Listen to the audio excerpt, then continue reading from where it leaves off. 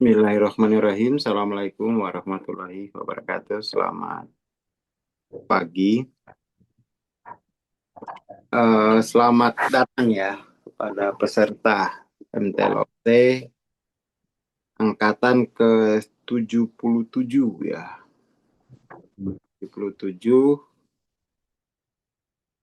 dan ini kebanyakan pesertanya dari Sulawesi Tenggara gitu ya. Sulawesi Tenggara ada kurang lebih 6 orang. Dan salah satu pesertanya ada kakak saya gitu. Oke, seperti biasa di program MTLOC ini adalah program belajar mentoring gitu ya. Jadi program belajar mentoring itu adalah suatu program belajar yang sifatnya itu dibersamai gitu ya. Jadi dalam proses belajarnya teman-teman akan saya bersamai. Dan program belajarnya ini itu objek materialnya itu adalah aku gitu ya. Jadi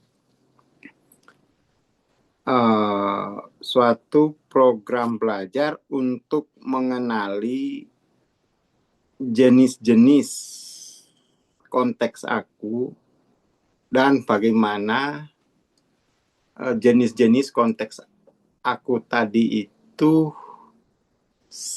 memilih apa namanya sifat-sifat ya, sifat-sifat dari jenis konteks aku tadi. Lalu bagaimana sifat-sifat dari konteks aku tadi itu membentuk dunia masing-masing gitu. Jadi tujuannya sebenarnya itu seluruh program mentoring ini yang pertama itu mengenali jenis-jenis konteks aku. Nah, kebetulan pesertanya ini banyak orang Muna. Aku itu bahasa Munanya Wuto gitu ya. Kemudian setelah mengenali jenis-jenis konteks aku, yang kedua itu adalah mengenali sifat-sifat. Mengenali sifat-sifat dari jenis-jenis konteks aku ini. Kemudian yang ketiga, bagaimana konteks aku itu membentuk dunia gitu ya. Membentuk dunia dan uh, mendorong perbuatan. Gitu. Membentuk dunia dan mendorong perbuatan atau perilaku. Itu tema utama gitu ya. Tema utama dari program mentoring ini gitu. Kemudian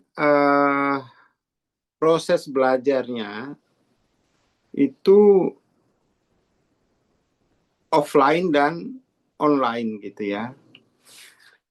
Jadi proses belajar mentoring itu secara umum tuh bisa kita bagi tiga proses belajar. Yang pertama itu melalui kuliah umum gitu. Melalui kuliah umum seperti 3 hari ini dan 2 hari ke depan lagi. Setelah kelas 3 hari ini teman-teman itu akan dibawa ke grup komunitas.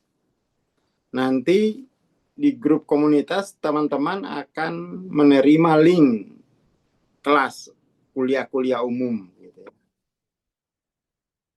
Kemudian kelasnya juga atau itu selain kuliah umum ada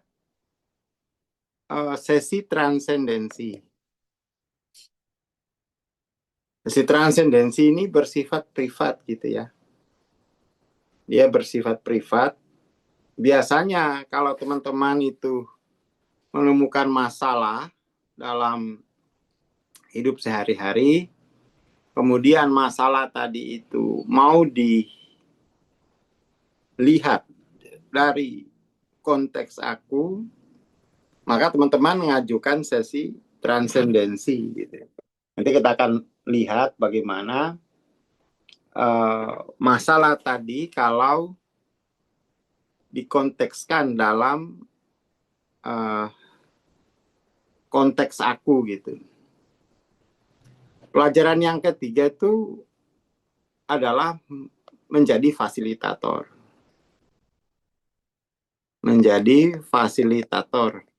Seperti saya itu sebenarnya juga itu adalah masih proses belajar. Dengan menjadi fasilitator kelas-kelas kesadaran gitu. Jadi saya sendiri itu sudah, ya berarti posisinya itu kan di sini gitu ya. Tahapan belajarnya itu sudah sampai tingkat menjadi fasilitator kelas-kelas kesadaran. Itu tahapan belajar dalam program mentoring gitu. Mungkin teman-teman akan bertanya, lah terus dulu Bang Aswar siapa yang sesi transendensi?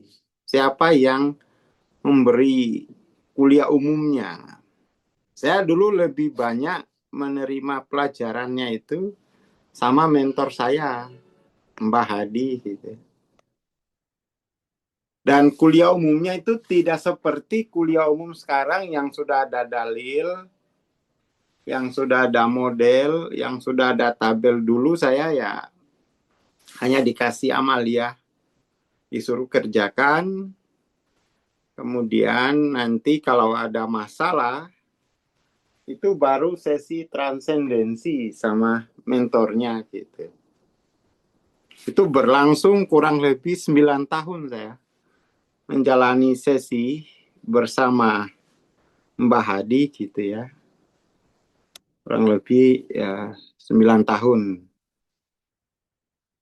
Sampai kemudian tuh saya katakan tuh dinyatakan uh, bisa ngajar gitu ya, bisa ngajar, bisa menjadi fasilitator gitu.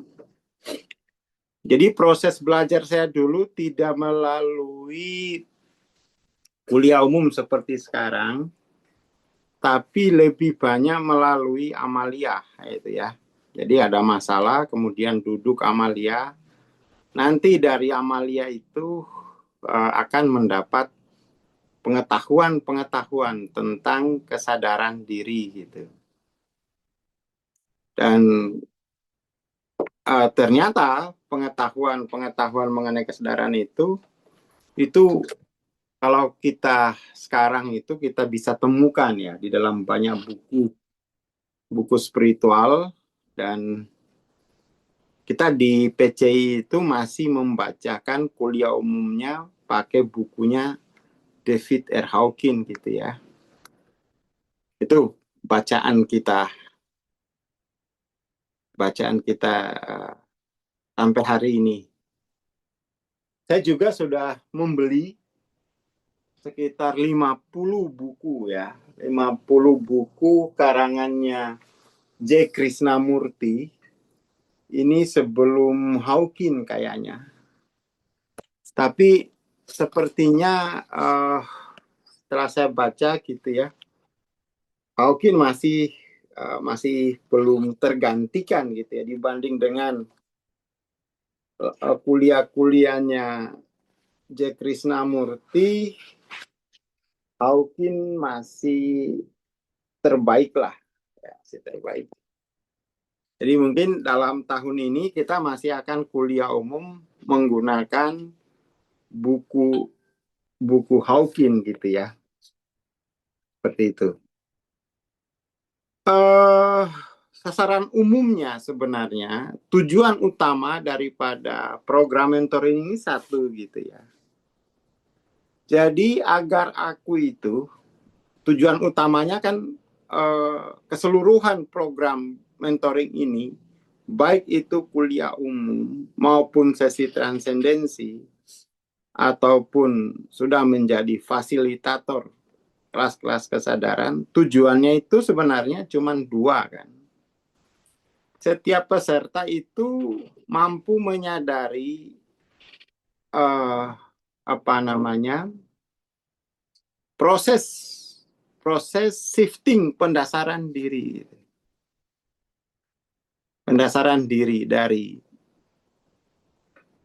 S kecil ke S besar. Lalu kemudian tuh aku yang sudah S besar itu kembali hadir di dalam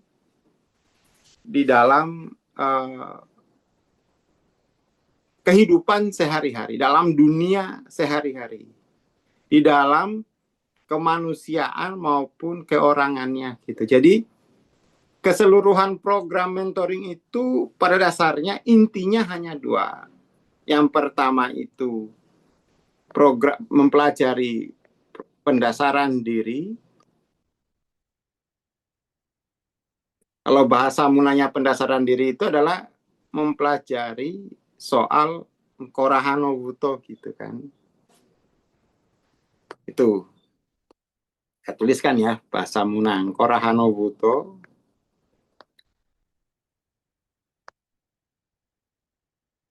Kemudian kalau sudah ilmu mengenai pendasaran diri ini dikuasai, proses mentoring tidak berakhir di situ.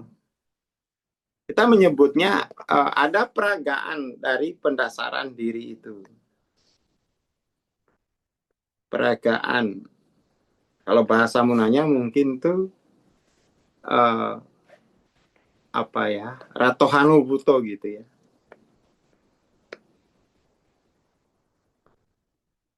Ratohano Buto itu jadi aku itu tiba hadir di dalam kemanusiaan, aku itu hadir di dalam keorangan gitu. Jadi program mentoring itu dalam rangka untuk menmentori peserta untuk bisa menguasai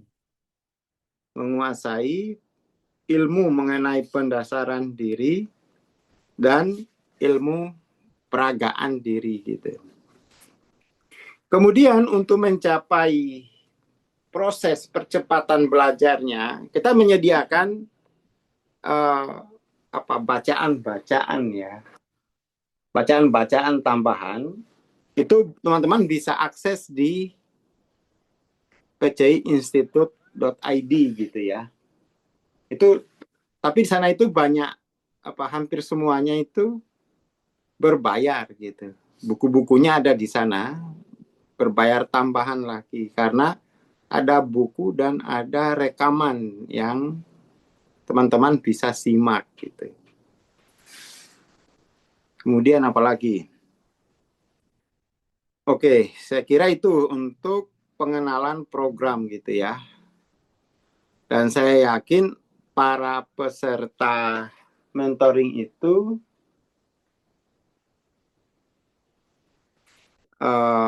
sudah tahu sebenarnya program PCI. Jadi karena memang kebanyakan atau hampir semua peserta mentoring setiap bulannya itu adalah hasil rekomendasi dari teman-temannya sendiri, atau bisa dibilang itu para peserta mentoring ini dia sudah punya circle atau sudah punya lingkungan pergaulan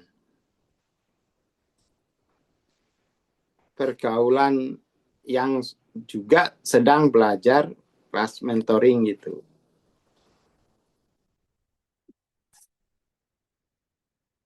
Seperti itu. Oke, saya kira itu untuk slide pertama gitu ya.